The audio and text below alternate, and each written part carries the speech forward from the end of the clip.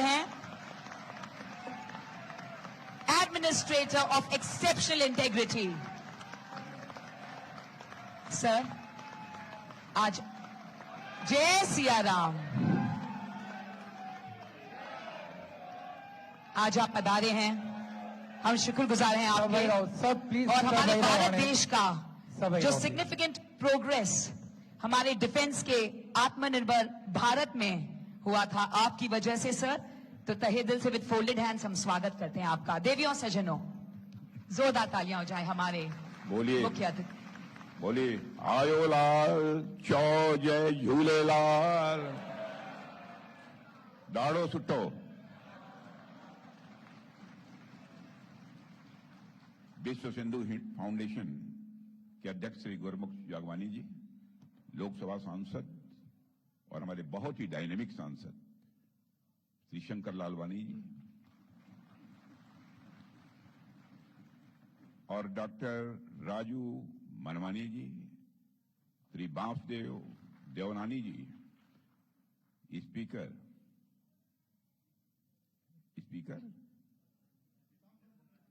अच्छा पीताम्बर को, श्री श्रीचंद जी कृपलानी, श्री भगवान दास जी शबनानी, श्री अशोक जी रोहानी, श्री कुमार जी एलानी, डॉक्टर पायल कुकरानी, श्री किशोर अजमानी और यहां मौजूद हमारे सिंधी समाज के सभी सम्मानित बहनों एवं भाइयों, जिस समय मुझे आमंत्रित किया गया इस कार्यक्रम के लिए, तो मैं सच कहता हूं कि मुझे बेहद खुशी हुई है।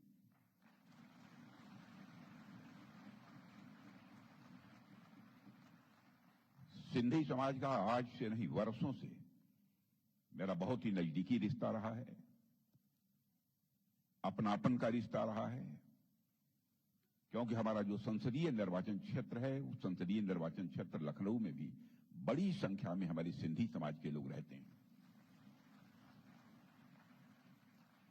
मैंने लखनऊ में देखा है कि जब भी कोई राष्ट्रीय स्तर का कोई कार्यक्रम हो, आयोजन हो अथवा कोई अभियान हो, बढ़ चढ़कर उसमें अपनी भागीदारी यदि कोई सुनिश्चित करता है तो हमारे सिंधी समाज के लोग करते हैं। आज मैं जब आप सबके बीच यहां पर खड़ा हूं, इस मंच पर आते ही मुझे याद आई श्रद्धेय संत आसुराराम जी महाराज की। हमारे लखनऊ में रहते थे, प्रायः मैं जाता था तो उनका दर्शन करता था, लेकिन विधि का विधान है, जो आया है उसे शरीर त्यागना ही है। अब वो हमारे बीच नहीं रहे, मैं आप सबके बीच अपनी तरफ से भी उन्हें श्रद्धांजलि अर्पित करता हूं। साथियों, आप सबके बीच इस कार्यक्रम में उपस्थित होकर सचमुच मुझे बेहद खुशी हो रही है। और आप सब जानते होंगे कि रामायण में एक श्लोक है, जिस श्लोक में राजा दशरथ जी कहते हैं, प्राचीना सिंधु सौवीरा सौराष्ट्र दक्षिणा पथा। इस श्लोक से साफ हो जाता है कि सिंधु प्रदेश राजा दशरथ के राज्य का हिस्सा था। और इस श्लोक से यह भी साफ हो जाता है कि सिंधु प्रदेश राजा दशरथ जी के राज्य का हिस्सा था और सिंध वह क्षेत्र भी है जहां वेद ज्ञान सबसे पहले आया। ओम का उच्चार भी यहां सबसे पहले हुआ है। यही इसकी विशेषता है। भारत देश की सनातन संस्कृति में मैं जानता हूं कि हमारी सभ्यता की शुरुआत सप्त सिंधु के रूप में जानी जाती है। जहां मां गंगा को हमारी संस्कृति में सबसे पूज्य माना गया है, वही सिंधु नदी तो भारतीय अस्मिता की सबसे बड़ी प्रतीक मानी जाती है। और आप में से कई लोग इस बात को जानते होंगे कि दूसरे देशों में भारत की पहचान ही सिंधु नदी से की जाती है, जिसे रोमन लोगों ने इंडस रिवर कहा है। भारत के बारे में जिस पश्चिमी इतिहासकार ने लिखा है उसका नाम है मेगास्थनीज, और उसकी किताब का नाम है इंडिका, यानी भारत की कल्पना आप सिंधु नदी के बिना तो कर ही नहीं सकते। भारत के विभाजन के कारण मेरे साथियों, सिंधु नदी का एक बड़ा हिस्सा आज तो पाकिस्तान में चला गया है।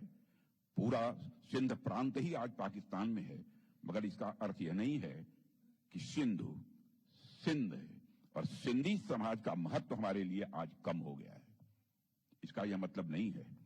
हमारे लिए उनका महत्व आज भी उतना है जितना हजारों साल पहले था। और यही कारण है कि साल 2005 में सुप्रीम कोर्ट ने हमारे राष्ट्रगान से सिंध शब्द निकालने की याचिका को खारिज करते हुए कहा था कि सिंध शब्द केवल एक भौगोलिक स्थान से जोड़कर नहीं देखा जाना चाहिए, क्योंकि यह शब्द भारत और सिंधी समाज की सांस्कृतिक पहचान से पूरी तरह जुड़ा हुआ है। आज भी हम लोग बड़े गर्व से गाते हैं पंजाब, सिंध, गुजरात, मराठा, और आगे भी गाते रहेंगे, सदैव गाते रहेंगे। जब तक हमारा अस्तित्व है तब तक हम गाते रहेंगे। और साथियों, आज हम जब सिंधी समाज की बात करते हैं तो हम केवल एक समुदाय की बात नहीं करते हैं, बल्कि एक ऐसी विरासत की बात करते हैं जो सनातन का अटूट हिस्सा है, जिसकी जड़ें भगवान राम से जुड़ी हुई हैं, जिसने हमारी संस्कृति और सभ्यता को समृद्ध करने में अपना बहुत बड़ा योगदान किया है। ऐसी विरासत को मैं हृदय से प्रणाम करता हूं। देवियों और सज्जनों, आज सिंधी समाज भारत और विश्व भर में अपनी मेहनत और प्रतिभा के लिए जाना जाता है। सिंधी समाज ने अपनी मेहनत से, अपनी प्रतिभा से भारत में ही नहीं बल्कि विश्व में एक अपनी पहचान बनाई है। और सिंधी समाज ने अपनी अनूठी पहचान को बराबर बनाए रखा है। यह सिंधी समाज की सबसे बड़ी विशेषता है। चाहे वह सिंधी भाषा की मिठास हो, या संत काव्य हो, या फिर सिंधी कला की जीवंतता हो, यह हमारी साझा परंपराओं को दर्शाते हैं। और साथियों, विभाजन के कठिन दौर में जब सिंधी समाज को अपनी जन्मभूमि छोड़नी पड़ी थी, पलायन करना पड़ा था, मैं मानता हूं तब भी आपने हिम्मत नहीं हारी थी। यह आपकी विशेषता है। आपने न केवल अपने लिए एक नई शुरुआत की, बल्कि व्यापार, शिक्षा, कला और सामाजिक सेवा के क्षेत्र में जो आपने अभूतपूर्व योगदान दिया है, उसे किसी भी सूरत में भुलाया नहीं जा सकता है। और साथियों, सिंधी समाज के संतों और महान आत्माओं ने मानवता को बहुमूल्य संदेश दिए हैं। इस सच्चाई को भी कोई नकार नहीं सकता है। मैं आज महाकवि चैनराय स्वामी, संत कंवर राम जी, संत रामदास साहिब, स्वामी लीला शाह, स्वामी शांति प्रकाश सहित सभी सिंधी संतों को शीश झुकाकर नमन करता हूं। और मैं आज साधु टी.एल. वासवानी जी को भी याद करना चाहता हूं, जिन्होंने अपने प्रयासों से शिक्षा के क्षेत्र में एक अमिट छाप छोड़ी है। और साथियों, उन्होंने वेजिटेरियन लिविंग के विचार को बढ़ावा देने के लिए और एनिमल वेलफेयर की दिशा में महत्वपूर्ण जो कार्य किए हैं, उसे यह भारत देश कभी भूल नहीं सकता है। मेरे बहनों भाइयों, जैसा कि मैंने पहले भी कहा है कि इस कार्यक्रम में आकर मुझे बेहद खुशी हो रही है। और इस प्रसन्नता का एक और कारण है, वह है इस कार्यक्रम का प्रायोजन। आज हम नागरिकता संशोधन विधेयक के संबंध में यहां एकत्रित हुए हैं। जैसा मुझे बताया गया है, वर्ष 2019 में मैंने ही लोकसभा में इस नागरिकता संशोधन विधेयक को पेश किया था। यह विचार गृह मंत्री रहते हुए मेरे मन में कैसे आया था? ये बैठे हैं हमारे लखनऊ के लोग, सब सारे लोग यहां। इन लोगों ने इसकी जानकारी मुझे दी थी और बताया था ऐसा कुछ होना चाहिए। और मुझे इस बात की भी जानकारी मिली कि कुछ सिंधी समाज के और विभिन्न वर्गों के लोग जो कि नॉन मुस्लिम हैं, वह दिल्ली में भग कर आए हुए हैं और झोपड़ियों में, बड़ी दयनीय स्थिति में वो रह रहे थे। मैं स्वयं उनको देखने गया था और वहां से लौटने के बाद मैंने फैसला किया कि इनको समुचित नागरिकता देने के लिए जो भी कानून आवश्यक होगा हम बनाएंगे। प्रधानमंत्री मोदी जी से मैंने बात की, मैंने कहा मैं इस दिशा में अब आगे बढ़ रहा हूं। बिल तैयार हुआ, लोकसभा मैंने पेश किया, लोकसभा में पारित भी हुआ, लेकिन वह 2019 का अंतिम दौर था, कुछ ही महीने शेष बचे थे, राज्यसभा में बहुमत नहीं था। मैंने कई विपक्ष के लोगों से भी बात की, लेकिन लोगों ने समर्थन देने से इनकार कर दिया। तो मैंने कहा चलिए इस साल नहीं होगा तो अगले साल तो पास होकर ही रहेगा। और फिर जब गृह मंत्री अमित जी बने तब मैंने उनसे कहा और उन्होंने फिर उस काम को आगे बढ़ाया। देवियों सज्जनों, यह बात ध्यान देने वाली है कि हमारी सरकार ने कई पड़ोसी देशों से धार्मिक उत्पीड़न से बचने के लिए वर्ष 2024 तक भारत आए अल्पसंख्यक समुदायों के सदस्यों को बिना पासपोर्ट के भारत में रहने की अनुमति दी। आज मैं कह सकता हूं कि हमारे पड़ोसी देशों के इन भाइयों और बहनों का सम्मान से जीने का अधिकार भारत में मिल रहा है और इस अधिकार को दुनिया की कोई ताकत छीन नहीं सकती। और मैं यह भी कहना चाहूंगा कि पड़ोस के कई देशों में अल्पसंख्यक समुदाय वर्षों से यातना झेलता रहा है। उनके घर जलाए गए, उनके बच्चों को मारा गया, बेटियों के साथ जुल्म अत्याचार किए गए, लोगों का जबरन धर्म परिवर्तन कराया गया।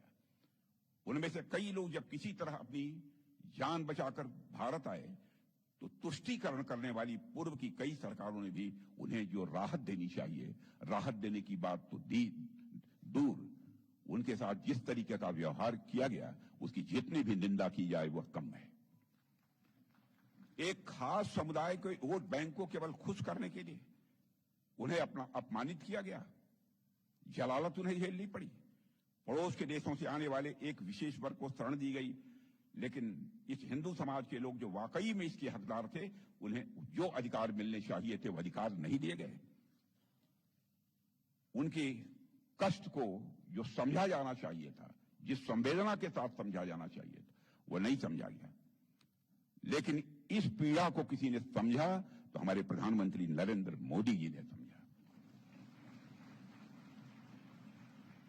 हमने उस पीड़ा को समझा, उस दर्द को महसूस किया और हमारी सरकार ने कानून बनाकर मेरे साथियों यह सुनिश्चित किया कि हम उनके घाव पर मलहम लगाएंगे और हमने उस घाव को भरने का काम किया है जो घाव हमारे बहनों भाइयों को कष्ट दे रहा था, पीड़ा पहुंचा रहा था। इसलिए हम नागरिकता संशोधन विधेयक लेकर आए। अगर मैं सिंधी समाज की बात करूं यहां पर, तो सिंधी लोग सिंधु घाटी सभ्यता के वंशज हैं, जिसे इतिहासकार आज विश्व की सबसे प्राचीन सभ्यताओं में से एक मानते हैं। ऐसे लोग लंबे समय तक सेकंड क्लास सिटीजन, द्वयम दर्जे के नागरिक की तरह जीवन जिए। यह अन्य किसी को मंजूर हो सकता है, लेकिन हम लोगों को किसी भी सूरत में यह मंजूर नहीं था। भगवान झूलेलाल जी ने इस सौभाग्य को हमें दिया, मेरे बहनों भाइयों, कि हम अपने बहनों और भाइयों के लिए यह शुभ कार्य कर पाए। और एक बात मैं बहुत स्पष्ट कर देना चाहता हूं, जो इनविटेशन लेटर मुझे मिला था उसमें कहा गया था कि सिंधी समाज के लोग मेरा आभार व्यक्त करना चाहते हैं, यह लिखा हुआ था, धन्यवाद देना चाहते हैं। लेकिन मेरा मत यह है कि यह कानून कोई आपके ऊपर एहसान नहीं था, आपके ऊपर यह कोई उपकार नहीं था, यह हम सबकी नैतिक जिम्मेदारी थी, हमारे सरकार की नैतिक जिम्मेदारी थी। यह मानवीय कार्य था, यह एक मानवीय कार्य था, यह एक संवेदना का कार्य था, जिस कार्य को हम लोगों ने किया है। ऐसा समाज जो देश के लिए और अपनी मातृभूमि के लिए हमेशा खड़ा रहा है, जिसके नीयत के ऊपर सवालिया निशान कभी नहीं लगा है, जिसने स्वाधीनता संग्राम में अपना अनमोल योगदान दिया है, जिस समाज के पुरुषों और महिलाओं ने भारत की स्वतंत्रता के लिए संघर्ष किया है, जिस समाज के बहुत से व्यापारियों ने नेताजी सुभाष चंद्र बोस और इंडियन नेशनल आर्मी को अपना समर्थन दिया था। उस समाज के लोगों के प्रति हमारा दायित्व है कि चाहे जैसे भी हो, जो भी करना हो, वह सम्मान के साथ अपनी जिंदगी जिए। ये हम सबकी जिम्मेदारी बनती थी और उसी जिम्मेदारी का हम लोगों ने निर्वाह किया। मेरे बहनों भाइयों, मैं जानता हूं सिंधी समाज के लोगों ने बहुत सारे कष्ट सहे हैं और सिंधी समाज के लोगों ने हमेशा अपनी मातृभूमि के लिए बलिदान दिया है। मैं आज हेमू कालानी जी को भी यहां याद करना चाहता हूं, जिन्हें भारत छोड़ो आंदोलन के दौरान गिरफ्तार किया गया था। उन्हें मौत की सजा सुनाई गई थी।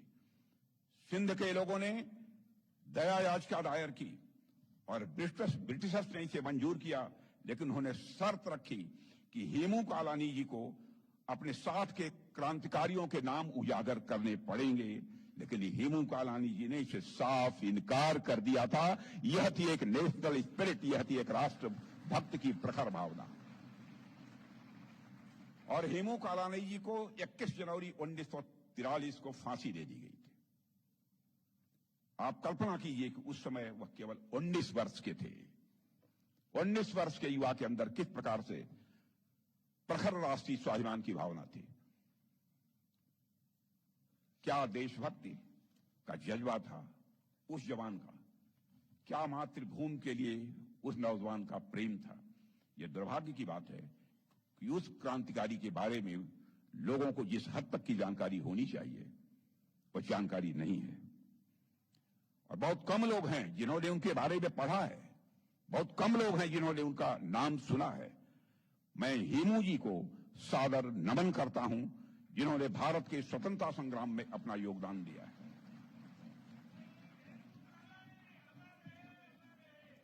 साथियों, वर्ष 1947 में जब भारत स्वतंत्रता का उत्सव मना रहा था, तब विभाजन की त्रासदी की वजह से बहुत बड़ी जनहानि हुई थी और लाखों लोगों को अपने घरों से विस्थापित होना पड़ा था। इस कारण सिंधी समाज को भी बहुत कुछ खोना पड़ा है। साथ ही उन्हें एक छल का भी शिकार होना पड़ा। वह छल किया उस समय की सरकार ने। पार्टीशन के समय कांग्रेस ने सिंध के लोगों को भारत आने के लिए मना किया। पार्टीशन के समय सिंध के लोगों को आने के लिए उन्होंने मना किया, जबकि उन लोगों को पता था कि सिंध में हिंदू माइनॉरिटीज को कितना खतरा था। भारत के विभाजन की घोषणा के तुरंत बाद अखिल भारतीय कांग्रेस समिति ने 14 जून को दिल्ली में एक बैठक बुलाई और उस बैठक में सिंध, पंजाब और बंगाल के हिंदुओं और सिखों ने विभाजन के विचार का विरोध किया था। उन्होंने इस बैठक में विभाजन के खिलाफ मतदान भी किया था और यह भी मांग की थी कि उसकी सुरक्षा के लिए प्राविधान किए जाएं। हालांकि कांग्रेस के उच्च नेतृत्व ने उनकी मांगों को अनदेखा कर दिया था। उस समय ऐसे समय में राष्ट्रीय स्वयंसेवक संघ ने सिंधी समाज की बेहद मदद की थी। मैं समझता हूं कि सिंधी समाज उसे नहीं भुला सकता। संघ ने हिंदू समाज के लोगों को सेल्फ डिफेंस ट्रेनिंग भी दी थी और 1943 से लेकर 1947 तक संघ के तत्कालीन सरसंघ चालक श्री गोलवलकर जी ने कई बार सिंध का दौरा भी किया था। वे सिंध के सभी प्रमुख शहरों में गए थे और वहां के प्रमुख हिंदू और सिंधी नेताओं, व्यापारियों, वकीलों और शिक्षाविदों से मिले। और जब अगस्त 1947 के प्रारंभ में उन्होंने कराची का दौरा किया तो लाखों की संख्या में सिंधी हिंदुओं ने उनका स्वागत किया था। इस दौरान संघ से सिंधी जुड़ाव स्वाभाविक रूप से बढ़ा था। और साथियों, भारतीय जनता पार्टी हमेशा से सिंधी समाज के लोगों और उनकी संस्कृति के पक्ष में खड़ी रही है और भविष्य में सदैव खड़ी रहेगी। और बहुत कम लोगों को यह बात याद है कि सिंधी भाषा को 8वीं अनुसूची में शामिल करने के लिए श्रद्धेय अटल बिहारी वाजपेयी ने बहुत ही प्रयास किए थे। और वर्ष 1957 में जब अटल बिहारी वाजपेयी पहली बार लोकसभा के सदस्य चुने गए थे तो उन्होंने एक गैर सरकारी विधेयक भी संसद में पेश किया था, जिसमें उन्होंने सिंधी भाषा को संविधान की 8वीं अनुसूची में शामिल करने की मांग की थी। लेकिन श्रद्धेय अटल बिहारी वाजपेयी जी के द्वारा पेश किया गया यह बिल संसद में विरोध के कारण पारित नहीं हो पाया था। वर्ष 1967 में जब लोकसभा में सिंधी भाषा को 8वीं अनुसूची में शामिल करने के लिए बिल आया तो श्रद्धेय अटल जी ने इसका समर्थन करते हुए कहा था, मैं उनका कोट आपके सबके सामने रखना चाहता हूं, जो अटल बिहारी वाजपेयी जी ने कहा था, सिंधी में भारत की आत्मा बोलती है, सिंधी में भारत की आत्मा बोलती है। सिंधी का रक्षण और विकास हमारे देश के सांस्कृतिक विकास का ही एक अंग है। मैं हिंदी भाषी हूं, लेकिन सिंधी मेरी मौसी है और मैं सिंधी का उतना ही आदर करता हूं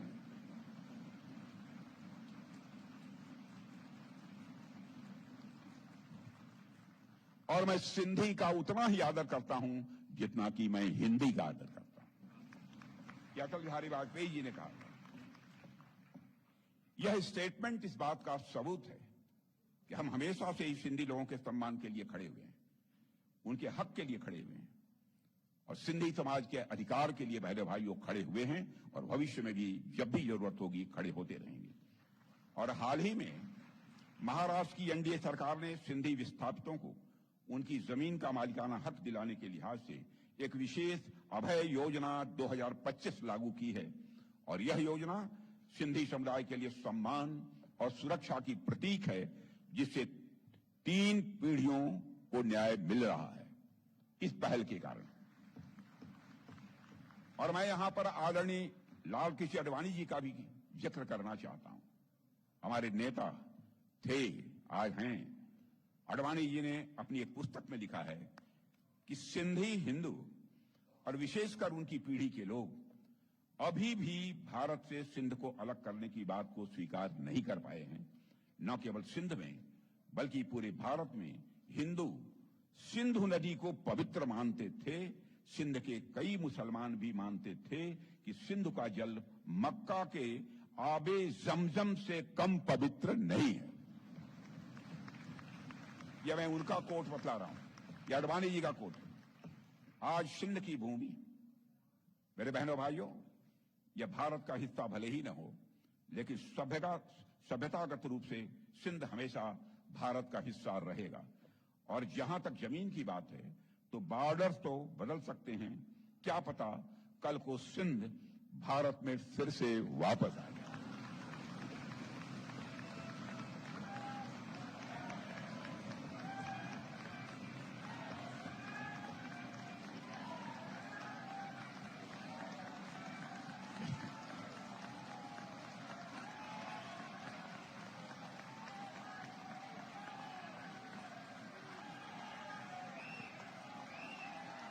लेकिन सिंध के हमारे लोग लेकिन सिंध के हमारे लोग जिन्होंने सिंधु नदी को पवित्र माना है, हमेशा हमारे वो अपने रहेंगे, वो चाहे कहीं भी हों, हमेशा अपने रहेंगे। मेरे बहनों भाइयों, अगर हम इतिहास को देखें तो पाते हैं कि सिंधी लोगों ने भारत की अर्थव्यवस्था में बहुत बड़ा योगदान किया है। अभी लालवानी जी कह रहे थे ना, कौन नहीं जानता इस सच्चाई को।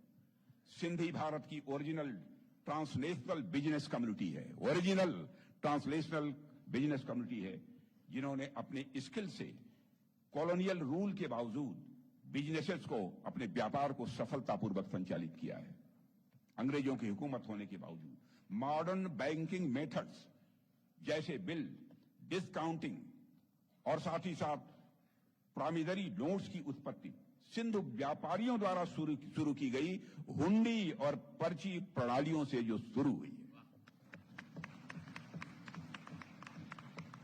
पार्टीशन के बाद सिंधी समाज ने भारत में जीरो से शुरुआत की है। मेरे बहन भाइयों, सभी जानते हैं, जीरो से आप लोगों ने शुरुआत की है, लेकिन उन्होंने सफलता के नए आयाम गढ़े हैं। और आज भारत सहित दुनिया के देशों में सिंधी समाज के लोग समाज निर्माण के कार्यों में अपना बहुत बड़ा योगदान कर रहे हैं। ऐसा शायद ही कोई क्षेत्र हो जहां अपनी सरनेम का कोई व्यक्ति नेतृत्व करता न मिल जाए। आनी सरनेम का कोई व्यक्ति नेतृत्व करता न मिल जाए, शायद ही देश में ऐसा कोई क्षेत्र हो। चाहे शिक्षा हो, चाहे वह शिक्षा का क्षेत्र हो या रियल एस्टेट चाहे कला के क्षेत्र हो या कानून और राजनीतिक जैसे क्षेत्र, चाहे टेक्सटाइल की बात हो या ट्रेड इंडस्ट्री की हो, आज सिंधी समाज के लोगों के योगदान के बिना किसी भी क्षेत्र की कल्पना की ही नहीं जा सकती है। मेरे बहनों भाइयों, मैं आज के.आर. मलकानी जी को भी याद करना चाहता हूं, जो ऑर्गेनाइजर के पहले और सबसे लंबे समय तक अपनी सेवा देने वाले मुख्य संपादक थे। मलकानी जी ने भारत में फ्रीडम ऑफ स्पीच के लिए बहुत बड़ा संघर्ष किया है। जब पंडित जवाहरलाल नेहरू ने first amendment act locker freedom of speech को कुचला, तब मलकानी जी ने इसका मुखरता से विरोध किया था। वह मलकानी जी भी सिंधी थे और बाद में जब इंदिरा जी ने आपातकाल घोषित किया था, तब मलकानी जी गिरफ्तार होने वाले पहले व्यक्ति भी माने जाते हैं। वह वही सिंधी थे। महान स्वतंत्रता सेनानी आचार्य जेबी कृपलानी जी भी सिंधी समाज से आते थे। जेबी कृपलानी जी भी सिंधी महासमाज से आते थे। उन्होंने भी फर्स्ट अमेंडमेंट एक्ट का जमकर विरोध किया था। यानी यह भी कहा जा सकता है कि सिंधी समाज की संविधान की रक्षा करने में बहुत ही महत्वपूर्ण आपकी भूमिका रही है। संविधान की रक्षा करने में, देश के निर्माण में भी आपकी बहुत ही महत्वपूर्ण भूमिका रही है। मेरे बहनों भाइयों, मैं आज प्रोफेसर राम पंजवानी जी को भी याद करना चाहता हूं, जिन्हें सिंधी कम्युनिटी का कल्चरल एम्बेसडर, सांस्कृतिक दूत माना जाता है। वे न सिर्फ एक महान लेखक बल्कि सिंधी साहित्य एवं संस्कृत के सच्चे उपासक थे। मेरे बहनों भाइयों, सिंधी समाज अपने बिजनेस स्किल्स के लिए भी भारत में ही नहीं बल्कि दुनिया के दूसरे देशों में भी जाना जाता है। यह बात मैं इसलिए कह रहा हूं, जब मैं दुनिया के दूसरे देशों में जाता हूं और इंडियन डायस्पोरा के साथ हमें इंटरेक्शन करने का जो अवसर प्राप्त होता है, इस चीज को मैं वहां भी देखता हूं। व्यापार के बिना अर्थव्यवस्था किसी भी सूरत में विकसित नहीं हो सकती है और हमारी सरकार ने व्यापार और व्यापारियों के जीवन को सुगम बनाने के लिए कई महत्वपूर्ण काम किए हैं। जन विश्वास के पहले संस्करण में लगभग 200 छोटे अपराधियों को अपराध की श्रेणी से बाहर कर दिया गया था और दूसरे संस्करण में 300 से ज्यादा छोटे अपराधों को अपराध की श्रेणी से बाहर कर दिया गया है। हमारी सरकार ने किया है। आज भारत में ट्रेडर्स और व्यापारियों को भी एक नया आत्मविश्वास मिला है। यह मैं विश्वास के साथ कह सकता हूं। आप जीएसटी कानून और हाल ही में किए गए जीएसटी रिफॉर्म्स को ही ले लिए और इससे ईज ऑफ डूइंग बिजनेस को बढ़ावा मिला है और आम लोग और छोटे व्यापारियों सहित सभी के लिए आज का जीवन बेहद आसान हो रहा है। हमारी सरकार ने, मेरे बहनों भाइयों, ऐसी नीतियां भी बनाई हैं जिन्होंने व्यापार करने को सुगम बना दिया है और हमने 40,000 से ज्यादा कंप्लायंसेस को पूरी तरह से खत्म कर दिया। कई कानूनों को डीक्रिमिनलाइज कर दिया है और मेरा विश्वास है कि हमारे द्वारा किए जा रहे सारे रिफॉर्म्स की नींव के बल पर ही यह हमारा भारत, जिसे लालवानी जी कह रहे थे, यह विकसित राष्ट्र बनकर रहेगा। दुनिया की कोई ताकत नहीं रोक सकती। आज टॉयज से लेकर खिलौने, टॉयज से लेकर टैंक तक भारत सब कुछ बना रहा है। भारत बना ही नहीं रहा है यह टैंक, बल्कि भारत दुनिया के देशों को एक्सपोर्ट भी कर रहा है। भारत मेरे साथियों आत्मनिर्भर बन रहा है। दुनिया का मैन्युफैक्चरिंग हब बनने की दिशा में भारत तेजी के साथ आगे बढ़ रहा है और वह दिन दूर नहीं जब हमारा भारत यह विकसित राष्ट्र बनेगा और हमारा संकल्प भी और विश्वास भी है, यह मैं कह सकता हूं। अंतर्राष्ट्रीय जगत में आज भारत की प्रतिष्ठा बढ़ी है। पहले अंतर्राष्ट्रीय मंचों पर भारत कुछ बोलता था तो भारत की बातों को जिस गंभीरतापूर्वक लिया जाना चाहिए नहीं लिया जाता था, लेकिन आज अंतर्राष्ट्रीय मंचों पर भारत कुछ बोलता है, सारी दुनिया कान खोलकर सुनती है भारत बोल क्या रहा है। यह भारत की हैसियत बनी है। इकॉनमी की साइज के मामले में जो हमारा भारत 2014 में दुनिया के देशों में 11वें स्थान पर खड़ा था, आज हमारा भारत जंप लेकर इकॉनमी की साइज के मामले में दुनिया के देशों में 4थे स्थान पर आकर खड़ा हो गया है। अंतर्राष्ट्रीय मानी जानी फाइनेंशियल फर्म्स मॉर्गन स्टैनले ने कहा है कि भारत जितनी तेजी से प्रगति कर रहा है वह दिन दूर नहीं है, साल 1.5 साल के अंदर ही भारत इकॉनमी यानी अर्थव्यवस्था की साइज के मामले में दुनिया के देशों में टॉप 3 देशों में आकर खड़ा हो जाएगा। मेरे बहनों भाइयों, हमारे प्रधानमंत्री ने स्वदेशी का आह्वान किया है। मुझे पूरा विश्वास है कि हमारा सिंधी समाज स्वदेशी अपनाने के संकल्प में अपना और अधिक योगदान देगा और विकसित भारत बनाने के संकल्प में वो पूरी तरह से भागीदार बनेगा। मैं आप सभी से आह्वान करता हूं, विकास भी और विकास के साथ साथ विरासत भी के मंत्र को अपनाकर भारत के आर्थिक और सांस्कृतिक उदय में आप अपना अधिक से अधिक योगदान दें। और इसके लिए यह भी आवश्यक है कि हमारी नई पीढ़ी को सिंधी भाषा, संस्कृति, यह सब और मूल्यों से आप उन्हें जोड़ें। नई पीढ़ी को इन सब सारे सिंधी भाषा, संस्कृति और मूल्यों से अलग न होने पाए, यह कोई चिंता किसी को करनी है तो आपको करनी है, ताकि वह अपने गौरवशाली इतिहास से जुड़े रहें, अपने गौरवशाली इतिहास को वह जान सकें, ताकि वो उनके अंदर किसी भी प्रकार की एक इंफीरियरिटी कॉम्प्लेक्स या हीन भावना न पैदा होने पाए और पूरी ऊर्जा के साथ वह देश के निर्माण में अपना योगदान कर सकें। इसी विश्वास के साथ भारत की प्रगति, भारत की उन्नति में अपना योगदान आप देते रहेंगे, यही अनुरोध करते हुए और पुनः आप सभी का अपनी तरफ से भी अभिनंदन करते हुए और भारत ही नहीं विश्व में रहने वाले सिंधी समाज के सभी लोगों का इस अवसर पर अभिनंदन करते हुए अपना निवेदन समाप्त करता हूं। आप सबको बहुत बहुत धन्यवाद।